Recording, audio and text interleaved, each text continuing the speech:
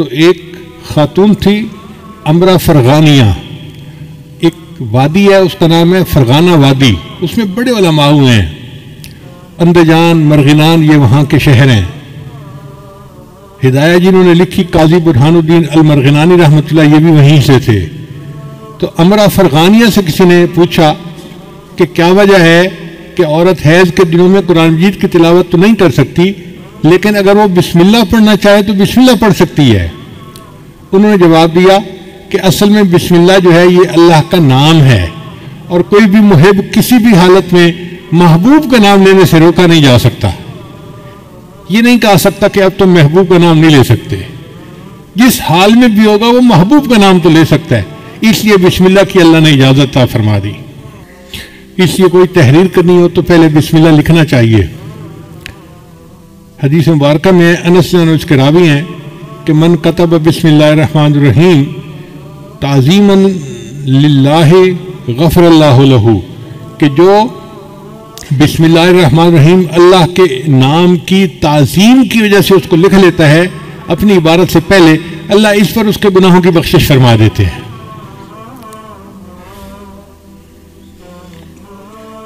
ابو ہریرہ نے روایت کرتے ہیں، یہ در منصور کی روایت ہے، قال رسول اللہ صلی اللہ علیہ وسلم کہ نبی علیہ السلام نے ارشاد فرمایا کل امر ذی بال لا یبدأ فیہ بسم اللہ الرحمن الرحیم اقطع، کہ ہر اچھا کام جو بسم اللہ کے بغیر شروع کیا جائے تو وہ برکت سے خالی ہو جاتا ہے اچھا کام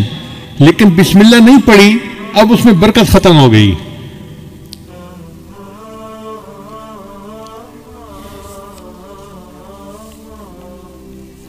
بسم اللہ کی عظمت کا اندازہ اس سے لگائیں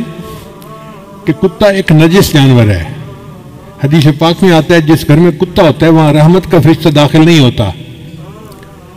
اس لیے شکار کی نیت سے کتے کو پالنے کی اجازت ہے، یہ حفاظت کی نیت سے، مگر اس کو گھر کے باہر رکھا جائے، گھر کے اندر نہ داخل کیا جائے۔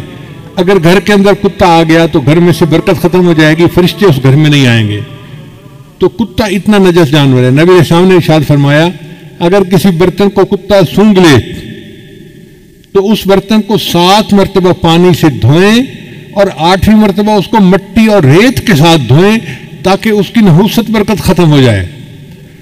اب جس کتے کے سونگھنے سے برتن کو 8 مرتبہ دھونا پڑتا ہے وہ کتنا نجس ہوگا۔ لیکن حدیث پاک میں آتا ہے کہ اگر شکار کے لیے کتا پالا ہوا ہے،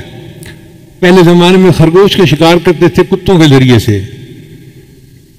تو نبی علیہ السلام نے فرمایا کہ اگر کوئی بندہ شکاری کتے کو چھوڑنا چاہتا ہے شکار کے لیے اور بسم اللہ پڑھ کے اس کو روانہ کرتا ہے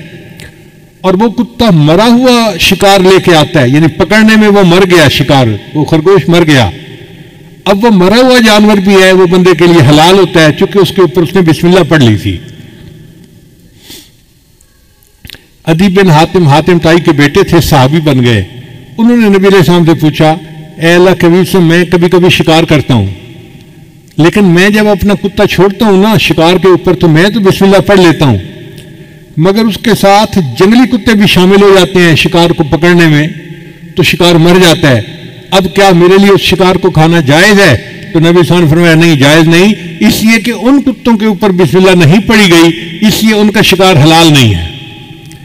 آپ اندازہ لگائیے بسم اللہ کی برکت کا کہ ایک کتے اتنا نجس جانور بسم اللہ پڑھ کے شکار کے لیے چھوڑے تو اس کا مرا ہوا جانور بھی شریعت نے حلال قرار دے دیا۔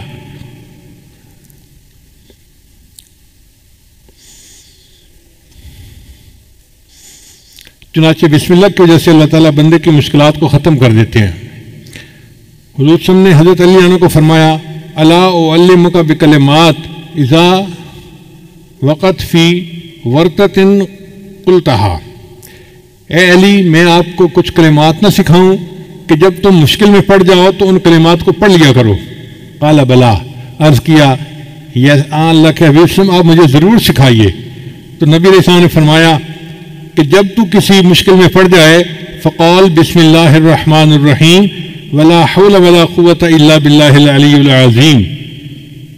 جب بھی تو کسی مشکل میں پڑ جائے تو بسم اللہ الرحمن الرحیم پڑھا کر اور لا حول ولا قوت الا باللہ العلی العظیم، ان کلمات کے پڑھنے سے اللہ تیری مشکلات کو دور فرمائیں گے۔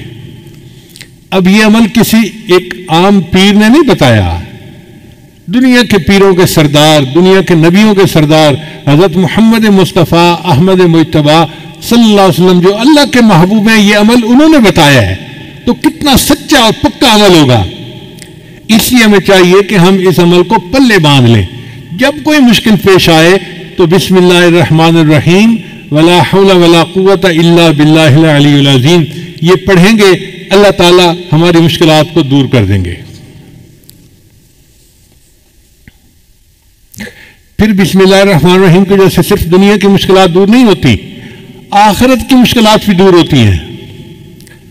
چنانچہ حضرت عیسیٰ علیہ السلام جب کسی قبر کے پاس سے گزرتے تھے تو ان کو کشفاً پتہ چل جاتا تھا کہ قبر میں کیا ہو رہا ہے۔ وہ ایک مرتبہ ایک قبر کے قریب سے گزرے تو انہوں نے دیکھا کہ قبر میں بندے کو عذاب ہو رہا ہے۔ جب واپس ہوئے تو انہوں نے دیکھا کہ قبر تو جنت کا باغ بنی ہوئی ہے، تو بڑے حیران ہوئے۔ انہوں نے دعا مانگی، یا اللہ پہلے میں نے دیکھا تھا تو یہ جہنم کا گڑھا تھا، اب میں دیکھ رہا ہوں تو یہ جنت کا باغ ہے، یہ معاملہ کیا ہے میرے اوپر کھول دیجئے۔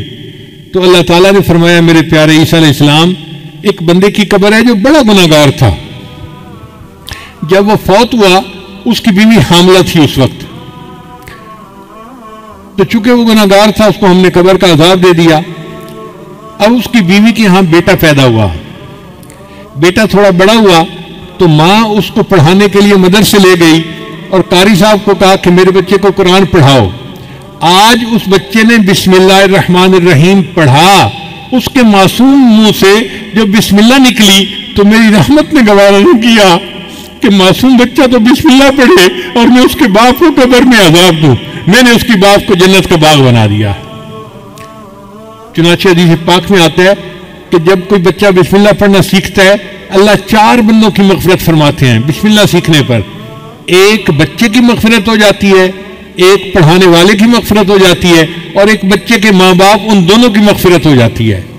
بسم اللہ کے سیکھنے پر اللہ 4 بندوں کے گناہوں کی مغفرت فرما دیتے ہیں۔ تو اس لیے یہ بسم اللہ ہمیں صرف دنیا کی مشکلات سے ہی نہیں بلکہ قبر کے عذاب سے اور جہنم کی آگ سے بھی بچانے کا ذریعہ ہے۔